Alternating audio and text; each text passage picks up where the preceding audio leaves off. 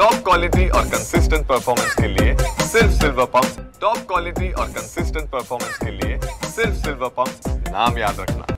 नाशिक शहरात पालिका प्रशासन अस्तित्वात आहे की नाही असा संतप्त सवाल सध्या नाशिककर उपस्थित करतायत आणि त्याचं कारण म्हणजे संपूर्ण नाशिक शहरात रस्त्यांची सध्या अक्षरशः चाळण झालेली आहे।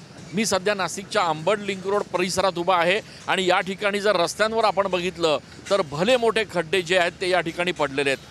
हे फक्त नाशिकच्या अंबड लिंक रोड परिसरातलं प्रातिनिधिक चित्र आम्ही तुम्हाला दाखवतोय, मात्र सध्या संपूर्ण नाशिक शहरात हेच दृश्य तुम्हाला बघायला मिळतंय।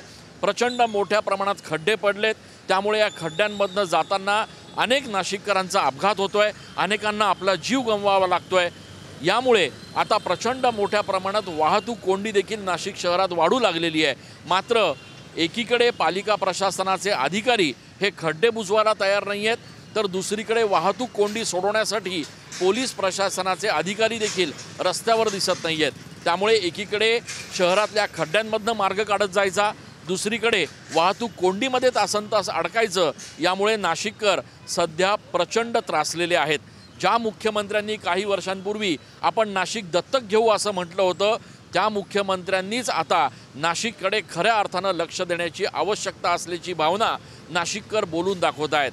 येणाऱ्या दिवसांमध्ये महापालिका निवडणुका आहेत आणि या महापालिकेच्या निवडणुकांमध्ये नाशिककरांच्या या संतापाचा सामना येणाऱ्या उमेदवारांना करावा लागेल हे मात्र निश्चित आहे। कॅमेरा पर्सन आकाश शेवलेसह मी चंदन पूजाधिकारी, TV9 मराठी।